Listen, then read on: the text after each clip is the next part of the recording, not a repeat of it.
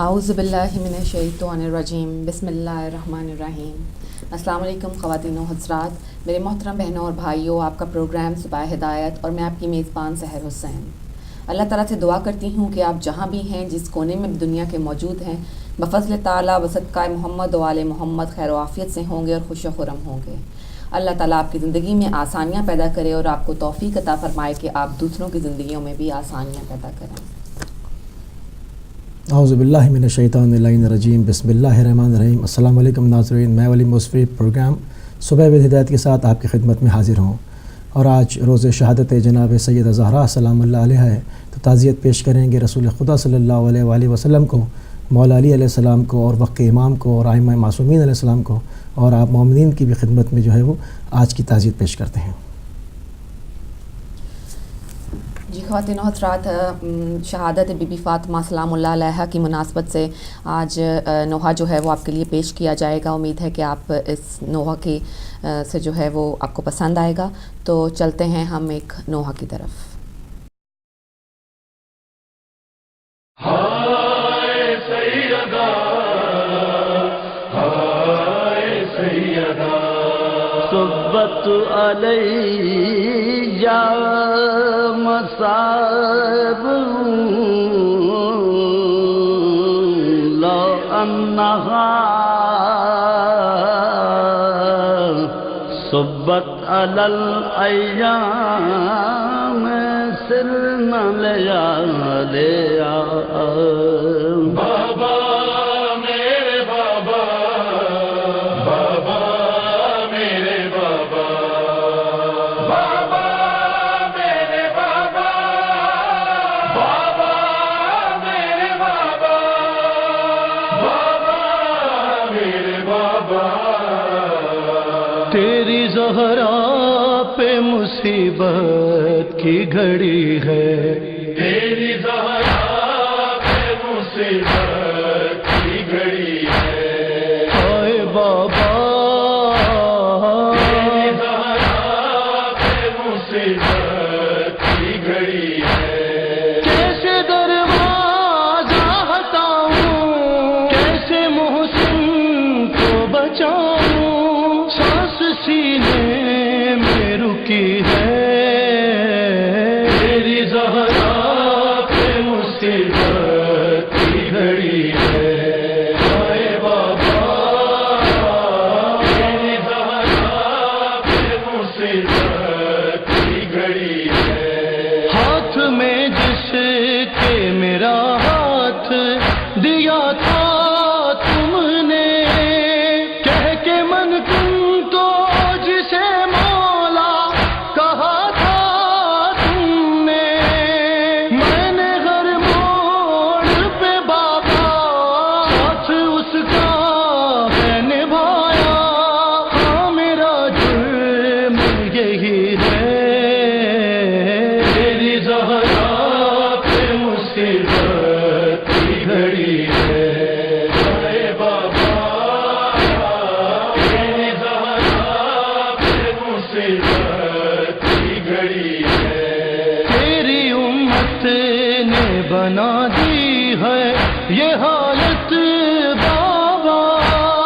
کوئی پسلی بھی نہیں میری سلامت بابا،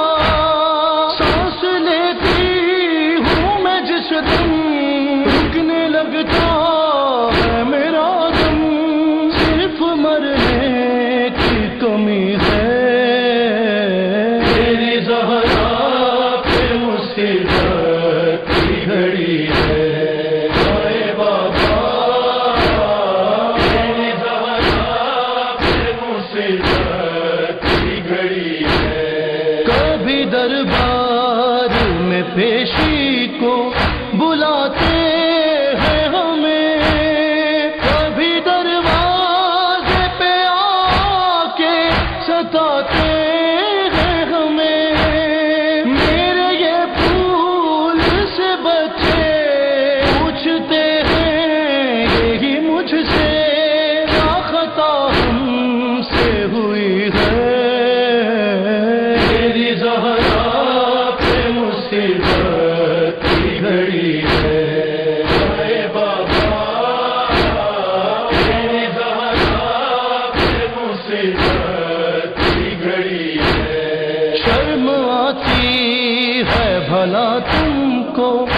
بتاؤں کیسے یہ تماچوں کے نشان تم کو دکھاؤں کیسے تم نہ پہچان سکو گے دیکھ کر مجھ کو کہو گے کیا میری زہرا یہی ہے میری زہرا پہ مصیبت کی گھڑی ہے اے بابا میری زہرا پہ مصیبت کی گھڑی ہے یہ اذیت یہ خاموشی نہیں دیکھی جاتی مجھ سے تنہائی علی کی نہیں دیکھی جاتی تیرا پیغام سنانے حق ولایت کا بتانے زہرا گھر گھر میں گئی ہے میری زہرا پہ مصیبت کی گھڑی ہے اے بابا میری زہرا پہ مصیبت کی گھڑی ہے آپ کے سوگ میں تاریک نہ دیکھا گیا گھر آگے دروازے پہ امت نے لگا دی آ کر بابا جاباد تمہارے دیکھیے گھر میں ہمارے روشنی کیسے ہوئی ہے میری زہرا پہ مصیبت کی گھڑی ہے اے بابا میری زہرا پہ مصیبت کی گھڑی ہے قبر زہرا سے تکلم یہ صدا آتی ہے کتنی صدیوں سے میری قبر پہ ویرانی ہے پھول تربت پہ چڑھا کے ایک دیا لا کے جلا کے کیا مدینے میں کوئی ہے میری زہرا پہ مصیبت کی گھڑی ہے اے بابا میری زہرا پہ مصیبت کی گھڑی ہے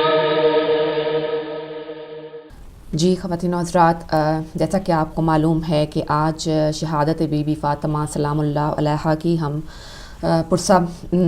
دے رہے ہیں ایک دوسرے کو. آپ بھی تشریف لائیں گے. ہمارا جو جب آپ کی لائنز اوپن کی جائیں گی تو آپ کی جو شرکت ہے وہ بھی یقیناً ہمارے ساتھ ہوگی، اور جو بھی آپ اظہار کرنا چاہیں گے اس بارے میں آپ کے بالکل آپ کو بھی ہم موقع دیں گے. اور کچھ چونکہ اس آج کے دن کے مناسبت سے بی بی فاطمہ الزہرا سلام اللہ علیہا کی بہت سی باتیں ایسی ہیں ان کے بہت سارے اقوال ایسے ہیں کہ جن پر اگر ہم تھوڑا سا بھی عمل کر لیں تو یقیناً ہم اپنی صحیح منزل تک پہنچ سکتے ہیں اور ہمیں جنت کے راستے سے کوئی نہیں روک سکتا. ان کی مختصر زندگی میں بی بی نے بہت ہی جیسا کہ وہ ایک مکمل نمونہ تھیں، ایک عورت کی زندگی کا ایک مثالی نمونہ تھیں، اور انہوں نے عورتوں کے لیے بھی بہت ساری جو چیزیں ہیں وہ چھوڑی ہیں. اور ایک جگہ انہوں نے فرمایا کہ جو عورت نماز روزہ کی پابندی کرے اور پاک دامن رہے اور اپنے شوہر کی تابع داری کرے، اس کو اختیار ہوگا کہ جس دروازے سے چاہے جنت میں داخل ہو جائے. بہت ہی آسان سی زندگی جو ہے وہ تجویز کی گئی عورت کے لیے کہ اس کو کچھ زیادہ کرنے کی ضرورت نہیں، اس کو باہر نکلنے کی ضرورت نہیں، اس کو مردوں کی طرح جنگیں لڑنے کی ضرورت نہیں، اس کو مردوں کی طرح کام کرنے کی جو ہے وہ ضرورت نہیں. صرف اس کو اگر وہ اپنے خاوند کی تابع دار ہے، اپنے گھر کو سنبھالتی ہے، اپنے گھر کو اپنی خاوند کی عزت کو سنبھالتی ہے، تو اس کے لیے جنت میں جانا بالکل بھی مشکل نہیں ہے. بہت ہی میں سمجھتی ہوں کہ یہاں پر میں سمجھتی ہوں کہ خواتین کے لیے جنت میں جانا مردوں سے کہیں زیادہ آسان جو ہے وہ رکھ دیا گیا ہے. ایک اور جگہ بی بی فرماتی ہیں کہ پروردگار عالم نے والدین کے ساتھ نیکی کرنے کو اپنی ناراضگی کے لیے ڈھال بنایا ہے. وہ بیٹی جو اپنے والد گرامی کے دکھ بانٹتی تھیں اور ان کے بہت قریب تھیں، وہ اپنی ہر بات جو تھی وہ ان کو بتاتے تھے، اپنے مسائل اور اپنی جو پریشانیاں تھیں اس کا ذکر اپنی بیٹی سے کیا کرتے تھے. اسی وجہ سے ان کو ام ابیہا کا لقب بھی دیا گیا. تو ام ابیہا سلام اللہ علیہا نے ہی فرمایا کہ اگر تم والدین کے ساتھ نیکی کرو تو اللہ تعالیٰ وہ نیکی جو ہے وہ تمہارے گناہوں کے آگے ڈھال بن جائے گی. ان گناہوں کے آگے جو تم روزمرہ زندگی میں کرتے ہو، اگر تم اپنے والدین کے ساتھ اچھے ہو، ان کے ساتھ نیک ہو، ان کا دل تمہاری طرف سے صاف ہے، ان کا دل تمہاری طرف سے خوش ہے، تو یہ سمجھ لو کہ وہ گناہ جو تم کرتے ہو اور جو گناہ تم نے کیے ہیں اللہ تعالیٰ ان کو معاف فرما دے گا، اور تمہارے والدین کی جو نیکی تم نے ان کے ساتھ کی ہے وہ اس پہ ڈھال بن جائے گی. ایک اور جگہ فرماتی ہیں کہ تکبر کی گندگی کو دل سے دور کرنے کا بہترین وسیلہ نماز ہے. تکبر بہت چھوٹی چھوٹی باتوں میں ہم انسانوں کے دلوں میں پیدا ہو جاتا ہے. انسان کی فطرت ہی کچھ اس طرح رکھ دی گئی ہے کہ تھوڑی سی اللہ تعالیٰ کی نعمتوں میں اضافہ ہوتا ہے، تھوڑی سی اس کی رحمتوں میں اضافہ ہوتا ہے تو ہم اس کے مشکور ہونے کی بجائے اس کو اپنی طاقت سمجھتے ہیں، اس کو اپنا اختیار سمجھتے ہیں، اور تکبر میں مبتلا ہونے کا بہت زیادہ خدشہ ہوتا ہے. تو بی بی فرماتی ہیں کہ تکبر کی گندگی کو دل سے دور کرنے کا بہترین وسیلہ نماز ہے. تو ایسے میں اگر آپ کو احساس ہونے لگے کہ آپ تکبر کی طرف مائل ہو رہے ہیں، آپ کے دل میں کچھ تکبرانہ خیالات پیدا ہو رہے ہیں، تو نماز کو جو ہے اس کا اپنا وسیلہ بنائیں تو آپ اللہ تعالیٰ کے ایک تابعدار اور عاجز بندے بننے میں کامیاب ہو جائیں گے.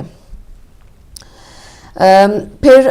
ایک اور کال ہے حضرت بی بی فاطمہ زہرا سلام اللہ علیہا کا، یہ خداوند عالم نے صلہ رحم کو سبب بلندی و طول عمر قرار دیا ہے. یعنی کہ اللہ تعالیٰ نے اگر آپ صلہ رحمی کرتے ہیں